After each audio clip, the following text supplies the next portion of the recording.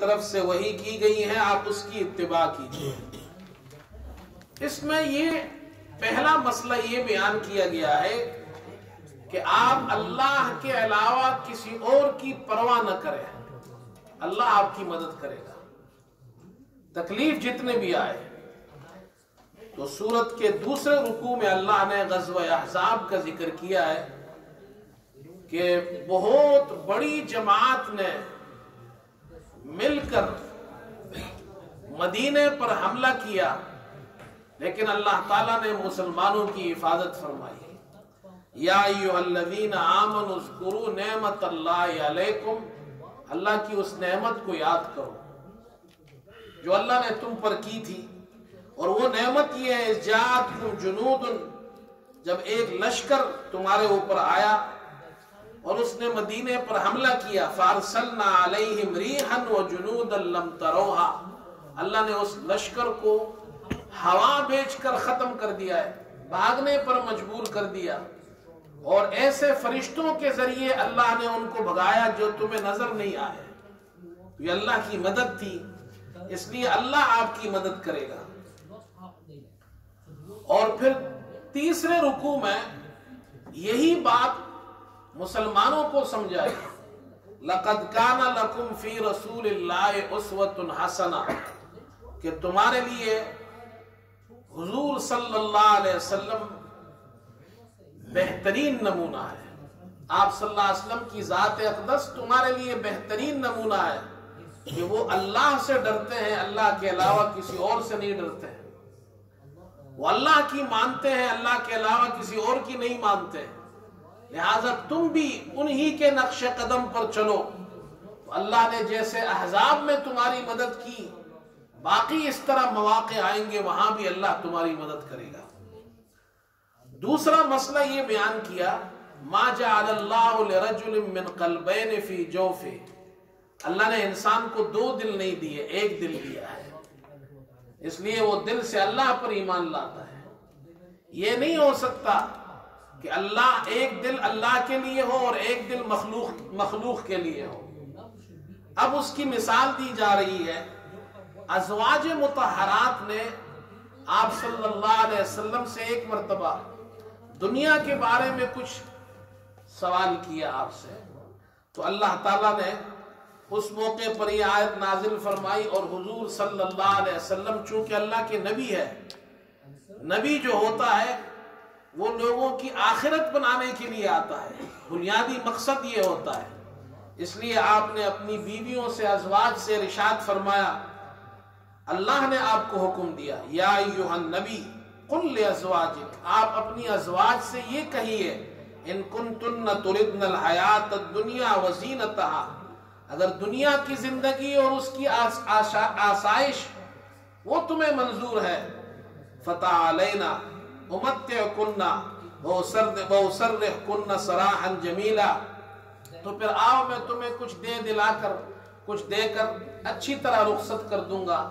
نبی کے گھر میں یہ باتیں نہیں ہو سکتی ہیں، اس لیے کہ یہاں ایک دل ہے جو اللہ کے لیے ہے، دو دل نہیں ہے کہ ایک دل اللہ کے لیے ہو اور ایک دل مخلوق کے لیے ہو۔ اس کے بعد تیسرا مسئلہ بیان کیا، ما جعل ادعیاءکم ابناءکم، منہ بولا بیٹا سگا بیٹا نہیں ہو سکتا۔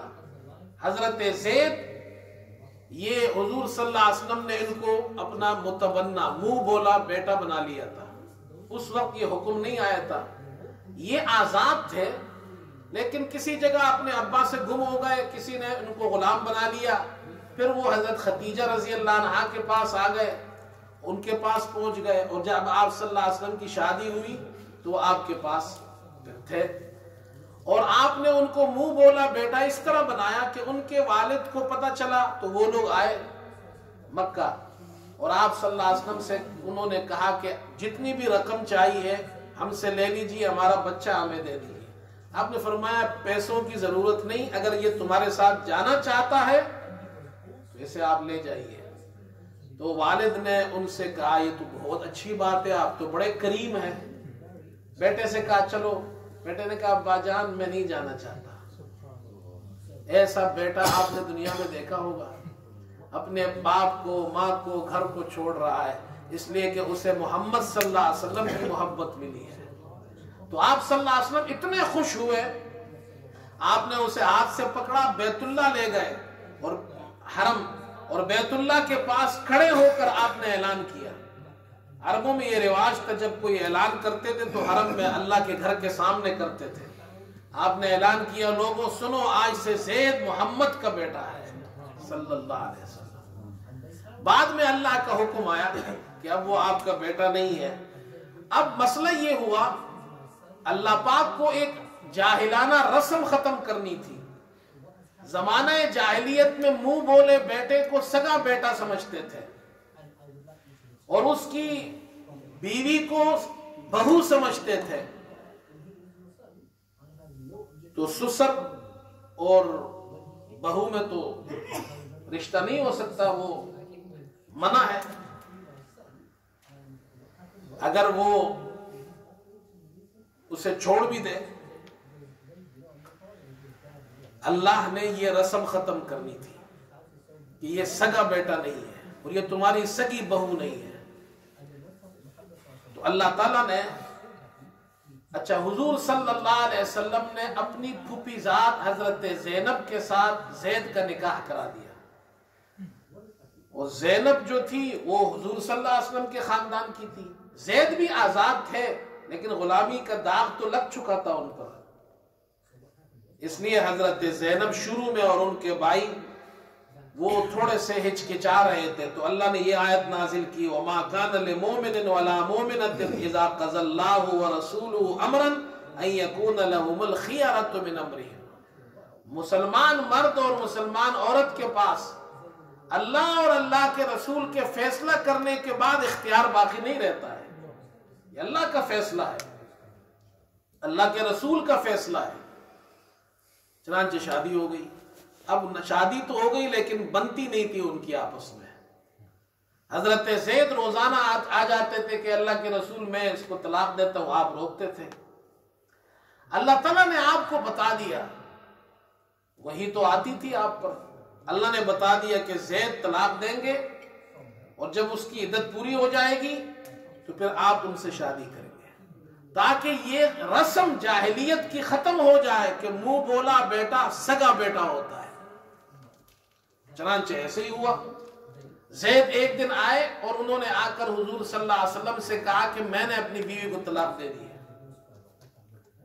پھر جب عدت پوری ہو گئی اب اللہ تعالیٰ نے اس کا ذکر کیا ہے، فَلَمَّا قَضَى زَيْدٌ مِّنْهَا. جب حضرت زید نے اپنی بیوی زینب سے اپنی حاجت پوری کر لی، فَلَمَّا قَضَى زَيْدٌ مِّنْهَا وَطَرًا زَوَّجْنَاكَهَا. تو ہم نے اس زینب کا نکاح آپ سے کرا دیا، لِكَيْ لَا يَكُونَ عَلَى الْمُؤْمِنِينَ حَرَجٌ فِي أَزْوَاجِ أَدْعِيَائِهِمْ. تاکہ مسلمانوں کے لیے ان کے منہ بولے بیٹیوں کی بیویوں کے بارے میں کوئی تنگی نہ رہے. مسئلہ معلوم ہو جائے ان کو کہ منہ بولا بیٹا سگا بیٹا نہیں اور اس کی بیوی سگی بہو نہیں ہے. ایک بات یہ سمجھ لیجئے، اللہ نے حضرت زید کو ایک ٹائٹل ملا ہوا تھا بہت بڑا کہ محمد صلی اللہ علیہ وسلم کے بیٹے ہیں. لوگ ان کو کہتے تھے زید بن محمد. اب یہ ٹائٹل تو ان سے لے لیا گیا، تو اس کے بدلے اللہ نے ان کو یہ انعام عطا فرمایا کہ ان کا نام قرآن میں ذکر کر دیا. کسی صحابی کا نام قرآن میں نہیں ہے سوائے زید کے. اور یہ ایسا مبارک نام ہو گیا اب کہ جو بھی قرآن کی آیت پڑھتا ہے زید پڑھتا ہے تو اس کو زید زا پر یا پر اور دال پر ہر ایک حرف پر 10 نیکی ملتی ہے، زید پڑھنے پر 30 نیکیاں ملتی ہیں. یہ انعام اللہ نے عطا فرمایا. دوسری بات یہ کہ یہ نکاح چونکہ اللہ نے کروانا تھا رسم ختم کرنے کے لیے، تو اللہ نے فرمایا زوجناکہا، اے نبی صلی اللہ علیہ وسلم ہم نے آپ کی شادی زینب سے کرا دی. چنانچہ حضور صلی اللہ علیہ وسلم کی بیویوں میں حضرت زینب یہ واحد بیوی ہے جن کا دنیا میں کوئی نکاح کا خطبہ نہیں ہوا ہے، ایجاب قبول نہیں ہوا، اس لیے کہ یہ شادی اللہ نے خود ڈکلیئر کی ہے. اس لیے حضرت زینب فخر کرتی تھی اور اب دوسری ازواج مطہرات سے کہا کرتی تھی زوجکن اہولکن وزوجنی اللہ فوق 7 سماوات، تمہاری شادیاں تو تمہارے رشتہ داروں نے کرائی ہے، میری شادی 7 آسمانوں اوپر اللہ نے کرائی ہے، وہ فخر کرتی تھی۔ اسی لیے اب آخر میں فرمایا ما کان محمد ابا احد من رجالکم ولکن رسول اللہ وخاتم النبیین۔ 3 باتیں اللہ نے کی، محمد صلی اللہ علیہ وسلم تمہارے مردوں میں سے کسی کے باپ نہیں، دوسری بات وہ اللہ کے رسول ہے، تیسری بات خاتم النبیین ہے، آخری نبی اور رسول ہے۔ اب یہ سمجھ لو مسئلہ کہ تمہارے مردوں میں سے کسی کے باپ نہیں، یعنی محمد صلی اللہ علیہ وسلم کی جتنی اولاد ہے وہ مرد ہونے تک نہیں پہنچے، وہ بچپن میں ہی فوت ہو گئے، تو زید آپ کا بیٹا نہیں، اس لیے کہ وہ تو مرد ہے، بالغ ہے۔ پھر سوال یہ ہوا کہ یہ شادی اللہ نے حضور صلی اللہ علیہ وسلم سے کیوں کروائی؟ کسی اور سے بھی تو اللہ کروا سکتے تھے، رسم ختم کرنا تھا کسی اور کے ذریعے ختم کروا دیتے۔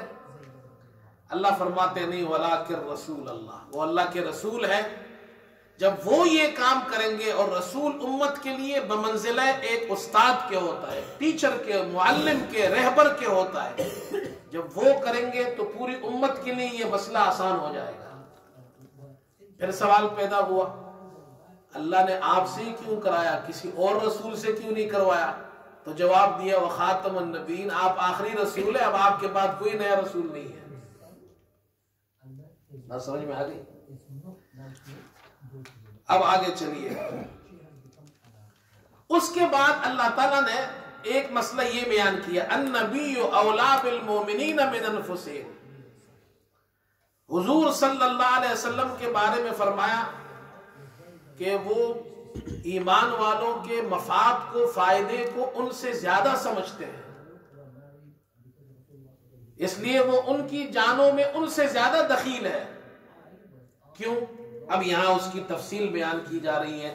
یا ایھا النبی انا ارسلناک شاہدا ومبشرا ونذیرا، ہم نے آپ کو گواہی دینے والا، خوشخبری دینے والا، ڈرانے والا، وداعیا الی اللہ، اللہ کی طرف دعوت دینے والا، روشن چراغ، وسراجا منیرا، روشن چراغ بنا کر بھیجا، اس لیے آپ مسلمانوں کے مفاد کو زیادہ سمجھتے ہیں۔ اس کے بعد 2 مسئلے آگے بیان کیے۔ ایک مسئلہ یہ بیان کیا جو شروع میں اس کے اجمال بیان کیا، وَأَزْوَاجُ أُمَّهَاتُهُمْ، نبی کی بیویاں تمہارے لیے ماں کی جگہ پر ہے، ماؤں کی جگہ پر۔ اب یہاں یہ بیان کیا جا رہا ہے 2 باتیں، ایک تو یہ کہ وہ احترام میں ماں ہے، دوسری بات یہ ہے کہ وہ احترام میں، رسپیکٹ میں ماں ہے، حقیقت میں تو ماں نہیں ہے نا، اس لیے ان سے پردہ ہوگا۔ اب فرمایا وَإِذَا سَأَلْتُمُوهُنَّ مَتَاعًا فَاسْأَلُوهُنَّ مِنْ وَرَاءِ حِجَابٍ، جب نبی کی بیویوں سے کوئی چیز تم مانگو، یا اللہ صحابہ کو حکم دے رہا ہے، فَاسْأَلُوهُنَّ مِنْ وَرَاءِ حِجَابٍ، تو پردے کے پیچھے سے مانگو۔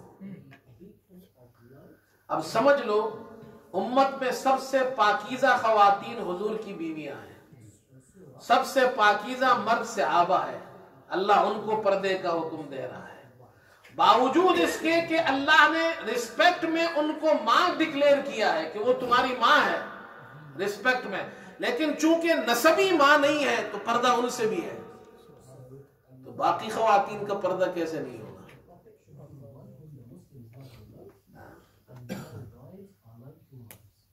بات سمجھ میں آ رہی ہے؟ اور پھر یہ کہنا کہ جی پردہ تو دل کا ہوتا ہے،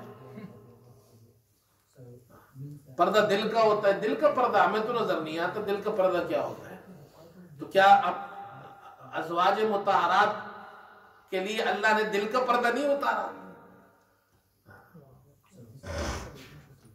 یہ ایسے ہی لوگ اپنے لیے جناب کیا ہے اس طرح کی تعویلات کرتے ہیں جو اللہ نے قرآن میں نہیں بیان کی ہے۔ اللہ نے تو قرآن میں یہ کہا ایک جگہ کہا قل لازواجک وبناتک ونساء المؤمنین یدنین علیہن من جلابیبہن، اے نبی آپ اپنی بیویوں سے کہہ دیجئے، اپنی بیٹیوں سے کہیے اور تمام ایمان والوں سے کہیے کہ وہ جلابیب کہتے ہیں بڑی چادر کو اپنے اوپر ڈال دے، اپنے اوپر لٹکا دے، اس طرح چادر ڈالے کہ ان کا جسم سر سے لے کر نیچے تک ڈھپ جائے اور بدن کے خد و خال نظر نہ آئے۔ یہ اللہ کا حکم ہے، اور قرآن کہتا ہے باہر جانا ہو عورتیں جائیں باہر۔ الحمدللہ ہماری مسلمان بچیاں جاتی ہے، پڑھنے بھی جاتی ہے، کام میں بھی جاتی ہے، لیکن ماشاءاللہ اپنے آپ کو ڈھانپ کر جاتی ہے، پردے کے ساتھ جاتی ہے، سر چھپا کر جاتی ہے، برقع حجاب کر کے جاتی ہے۔ یہ منع نہیں ہے، تعلیم بھی اس میں حاصل کرے، پڑھے، کام کرے، لیکن پردے کا خیال رکھے، یہ اللہ کا حکم ہے۔ اس کے بعد اگلا مسئلہ، انبیاء علیہ السلام سے قیامت کے دن ان کے تبلیغ کے بارے میں سوال ہوگا، اس لیے تم احکامات پر عمل کرو، ایسا نہ ہو کہ وہاں تم ناکام ہو جاؤ۔ یوم تقلب وجوہہم فی النار یقولون یا لیتنا اطعنا اللہ واطعنا الرسول، اللہ فرماتے ہیں قیامت کے دن ان کے منہ آگ میں الٹ دیے جائیں گے اور وہ کہیں گے کاش ہم اللہ اور اللہ کے رسول کی بات مان لیتے ہیں، اس وقت افسوس کریں گے۔ اور آخری بات، 8واں مسئلہ، نبی صلی اللہ علیہ وسلم کو اذیت مت دو، فرمایا یا ایھا الذین آمنوا لا تکونوا کالذین آذوا موسیٰ، ان لوگوں کی طرح مت بنو جنہوں نے حضرت موسیٰ کو اذیت دی تھی، نبی صلی اللہ علیہ وسلم کو راحت پہنچا۔ اس کے بعد اگلی سورت ہے سورہ سبا، اس میں مسئلہ مجازات، قیامت کے دن اللہ تعالیٰ بدلہ دے گا، نیکوکاروں کو اچھا بدلہ ملے گا، بروں کو برا بدلہ ملے گا، اس مسئلے کو بیان کیا جا رہا ہے۔ پہلے رکوع کے اندر ان لوگوں کا ذکر کیا جا رہا ہے جو قیامت کا انکار کرتے ہیں، اللہ اس کی تردید کر رہا ہے۔ وَقَالَ الَّذِينَ كَفَرُوا لَا تَأْتِينَا السَّاعَةُ، کافر کہتے ہیں قیامت نہیں آئے گی، قل آپ فرما دیجئے بلا وَرَبِّي لَتَأْتِيَنَّكُمْ، میرے رب کی قسم ہے کہ وہ آئے گی، ضرور آئے گی۔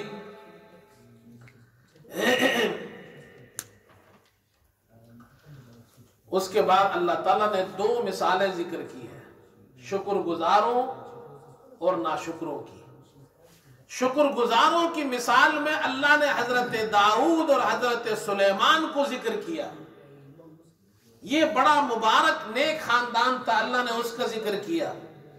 حضرت داؤد بھی نبی ہے، حضرت سلیمان بھی نبی ہے۔